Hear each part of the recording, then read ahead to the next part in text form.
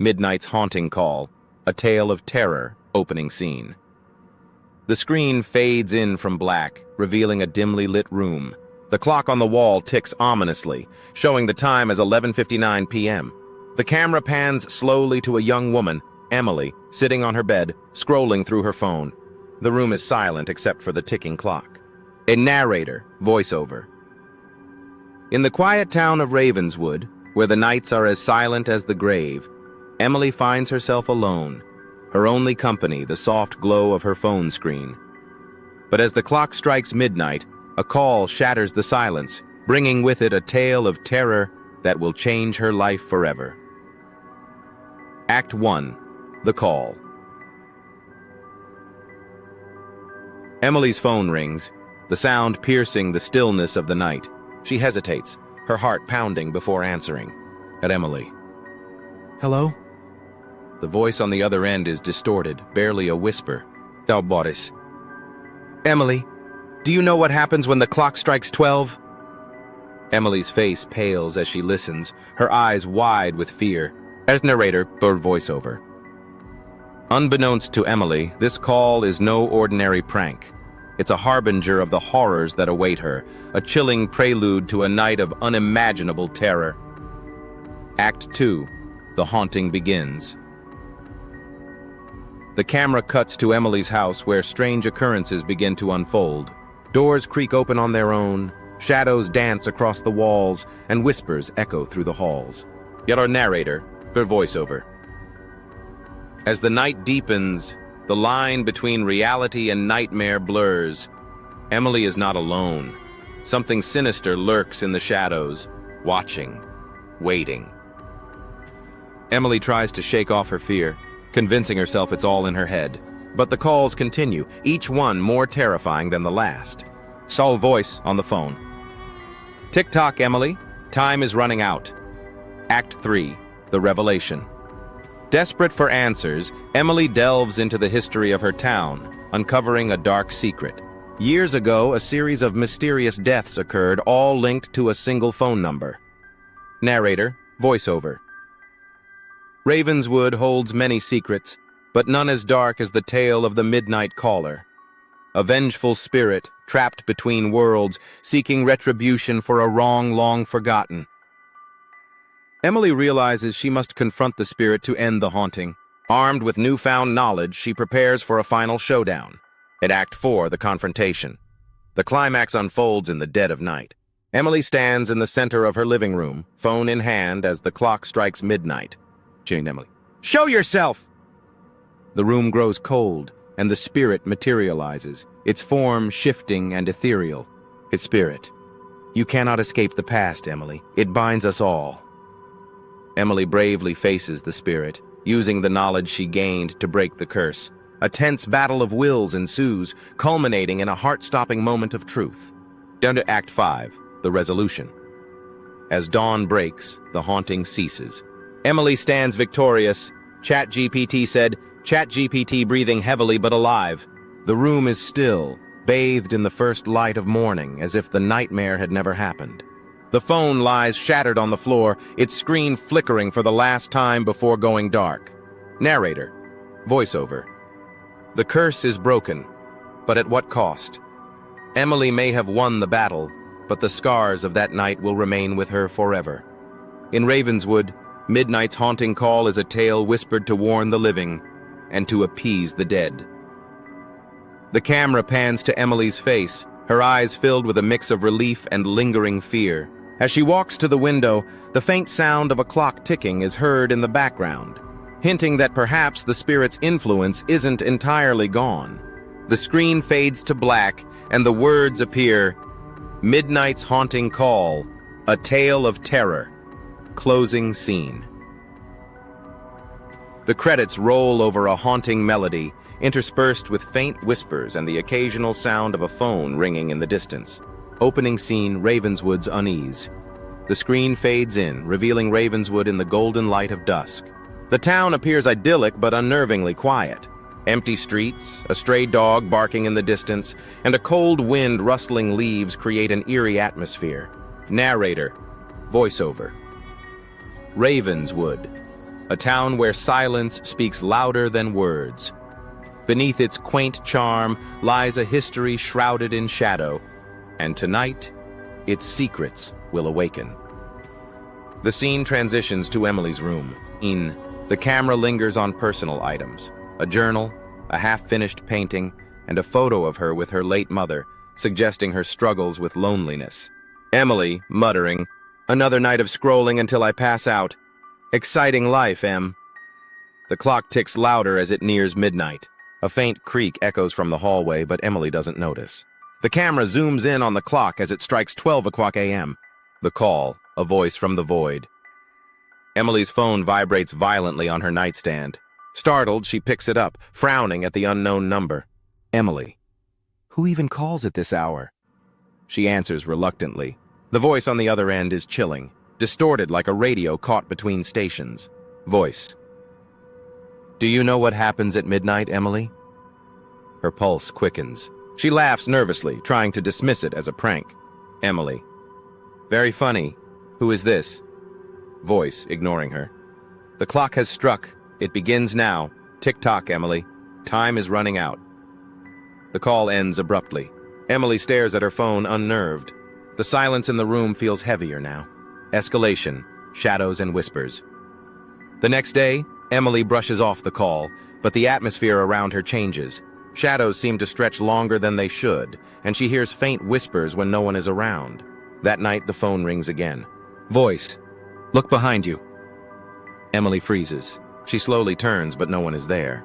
The camera pans to a shadow moving across the wall, independent of any light source. Narrator, voiceover.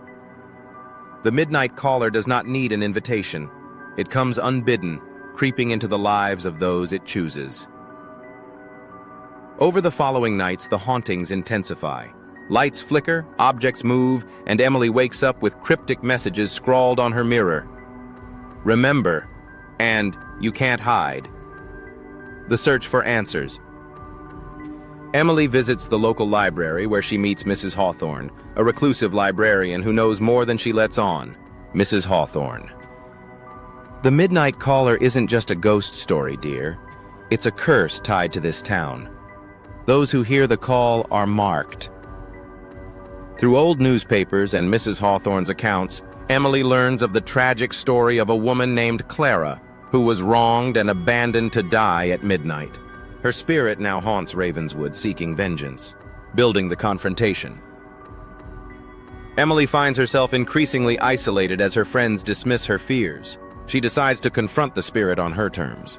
Gathering items tied to Clara's past, a locket, an old phone, and a diary, Emily sets the stage for a ritual to break the curse. Climactic showdown. The final confrontation takes place at midnight. Emily sets the locket and phone in a circle of salt, chanting lines she found in Clara's diary. Emily. Clara, I know your pain. Let me help you find peace. The spirit materializes, its face contorted with rage and sorrow. Objects fly around the room as Clara's anger manifests. Clara, spirit. You cannot undo what was done. They must pay.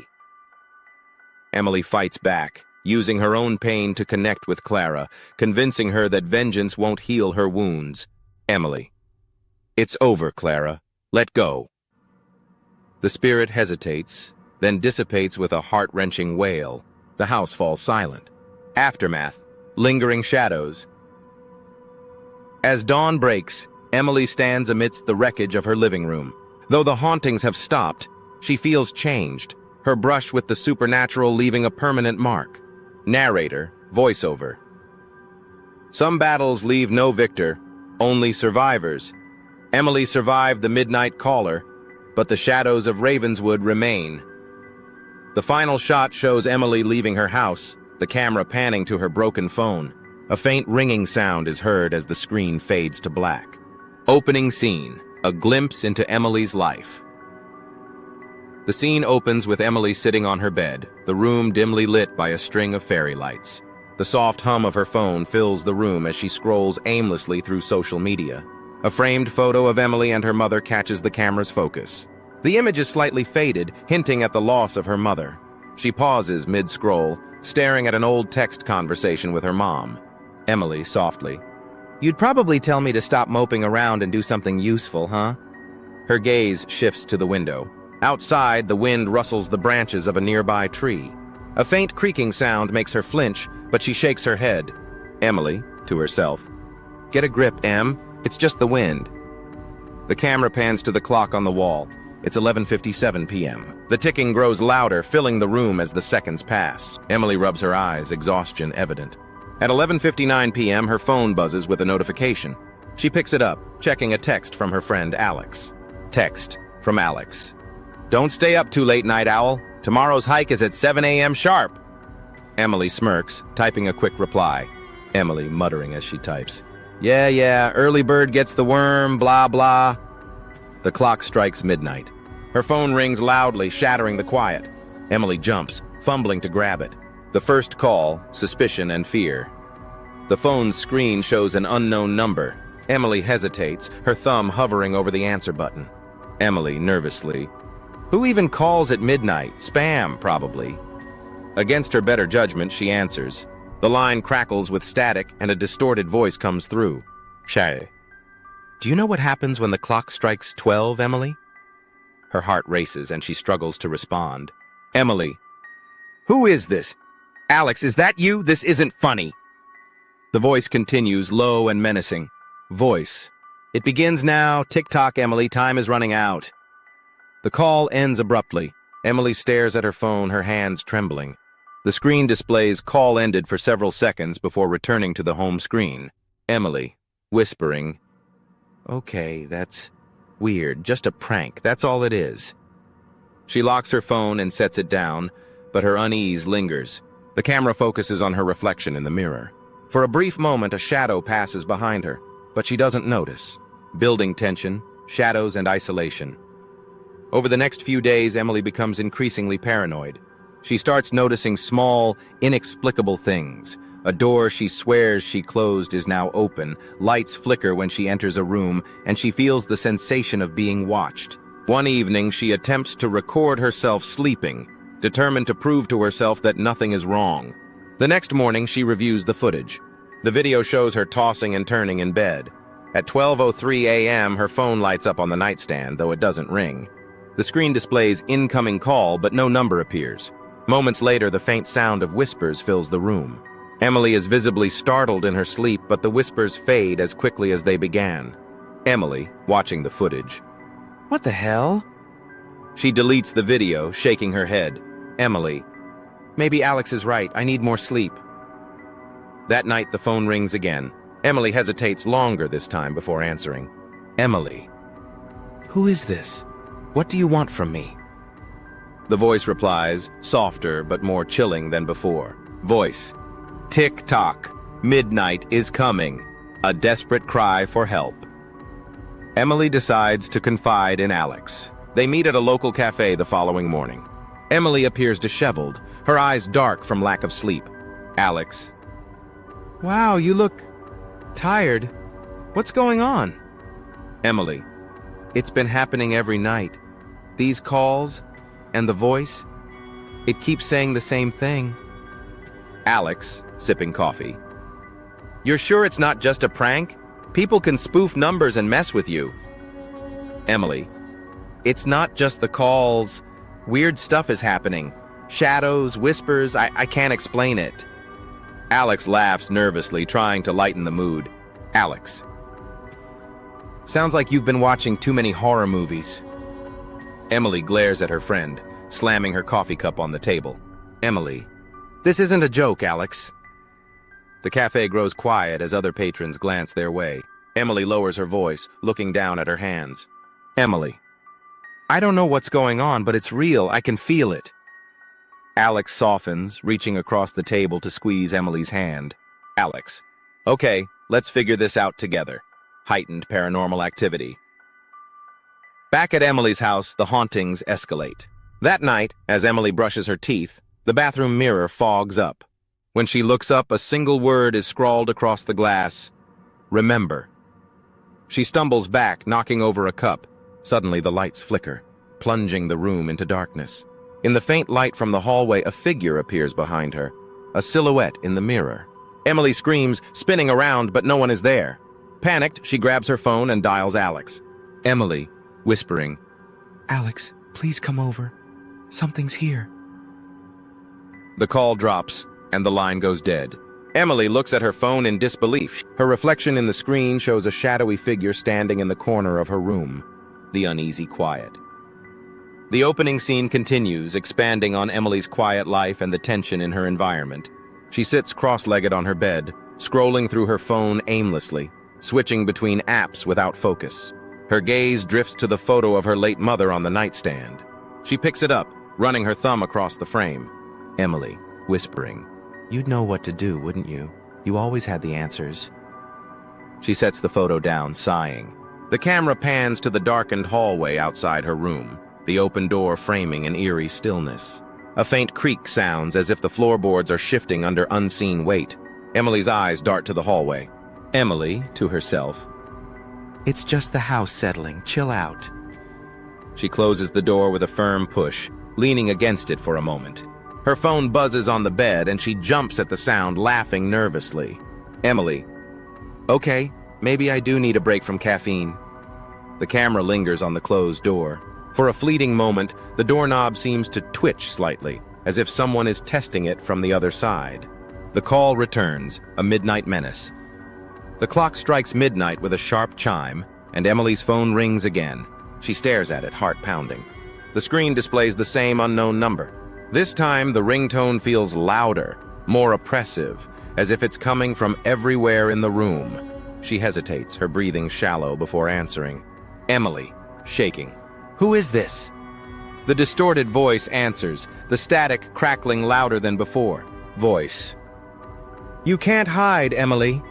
Midnight is ours." The lights flicker as the voice speaks, the shadows in her room stretching unnaturally. Emily drops the phone, scrambling off the bed.